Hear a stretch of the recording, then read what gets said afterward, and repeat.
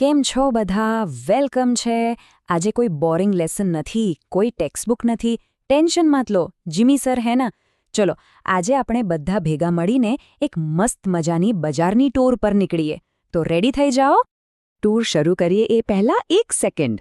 જ્યારે ઘરમાંથી શોપિંગનું લિસ્ટ મળે તો સબસે પહેલાં ક્યાંનો વિચાર આવે? એ વીકલી માર્કેટની ભીડમાં જવાનું? કે પછી આપણા પડોશવાલા અંકલની દુકાન પર? કે પછી એસીની ઠંડી ઠંડી હવામાં મોલમાં ફરવાનું? બધાના પોતપોતાના ફેવરેટ્સ હોય ખરું ને? ચાલો તો શરૂ કરીએ. આપણી ટૂરનો પહેલો સ્ટોપ આવી ગયો છે, બજાર. પણ આ માર્કેટ, બજાર કે મંડી આખિર છે શું? શું કામ આટલા ઇમ્પોર્ટન્ટ છે? ચલો એકદમ સિમ્પલ ભાષામાં સમજી લઈએ. જુઓ, માર્કેટ એટલે બેઝિકલી એક એવી જગ્યા જ્યાં બે લોકો મળે છે. એક ખરીદનાર એટલે કે આપણે, અને બીજો વેચનાર એટલે કે દુકાનદાર. બસ અહીંયા એક કનેક્શન બને છે. આપણે પૈસા આપીએ અને એ આપણે જરૂરિયાતની વસ્તુ આપે. ભાજી લેવી હોય, ચોકલેટ લેવી હોય કે પછી ક્રિકેટનું બેટ, બધું જ એકદમ સિમ્પલ.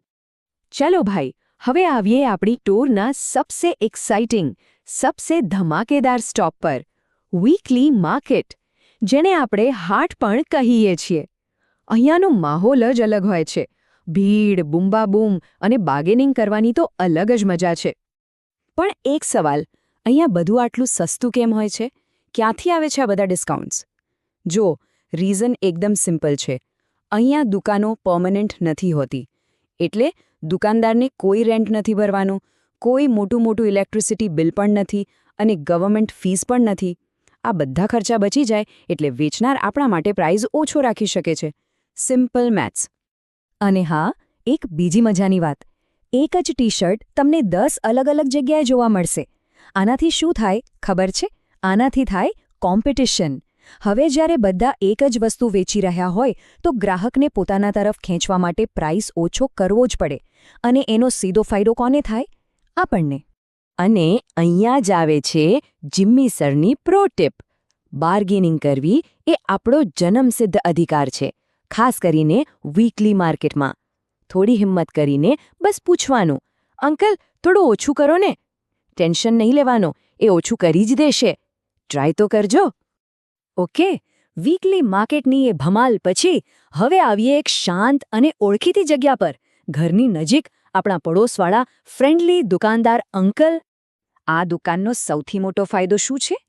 એક તો એ ઘરની એકદમ બાજુમાં હોય છે. અડધી રાતે પણ કંઈ યાદ આવે તો દોડીને લઈ આવવાનું.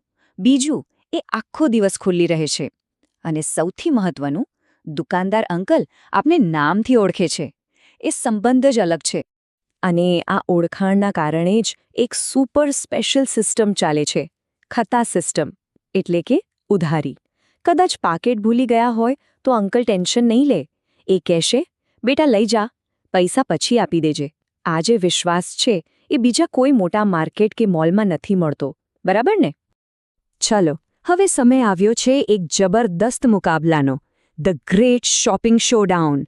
એક બાજુ છે ઠંડો ઠંડો ચમકતો એસીવાળો મોલ અને બીજી બાજુ છે આપણી ભીડભરી ગરમાગરમ મંડી, એટલે કે લોકલ માર્કેટ. તો રિંગમાં કોણ જીતશે? Let's see. જુઓ, મોલમાં જવાની અલગ મજા છે. મસ્ત એસી, બ્રાન્ડેડ અને મોંઘી વસ્તુ, ફિક્સ્ડ પ્રાઇસ. પણ એક ડ્રેસના 3000 રૂપિયા? Oh my God! અને બીજી બાજુ આપણી લોકલ માર્કેટ. એ જ 3000માં તો આખા પરિવારના કપડાં આવી જાય. સસ્તું, નોન બ્રાન્ડેડ, પણ બાર્ગેનિંગ કરવાની ફૂલ પાવર.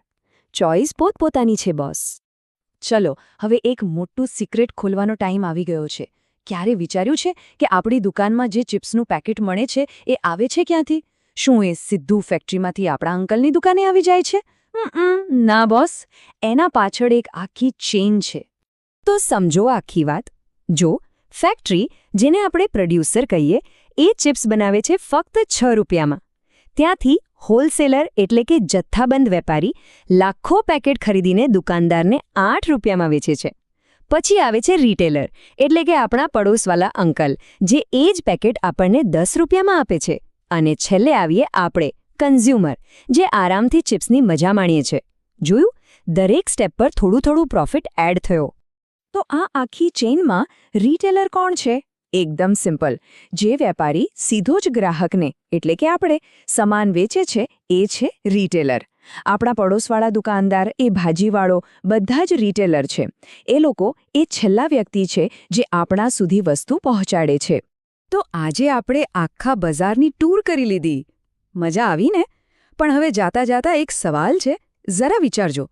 આ જે આખી ચેન આપણે જોઈ, પ્રોડ્યુસરથી હોલસેલર, હોલસેલરથી રિટેલર અને રિટેલરથી આપણા સુધી, તમને શું લાગે છે આ બધામાં સૌથી વધારે પ્રોફિટ કોણ કમાય છે અને સૌથી ઓછો પ્રોફિટ કોના હાથમાં આવે છે? વિચારજો જરૂર. જવાબ થોડો ઇન્ટરેસ્ટિંગ છે. ચલો મળીએ પછી.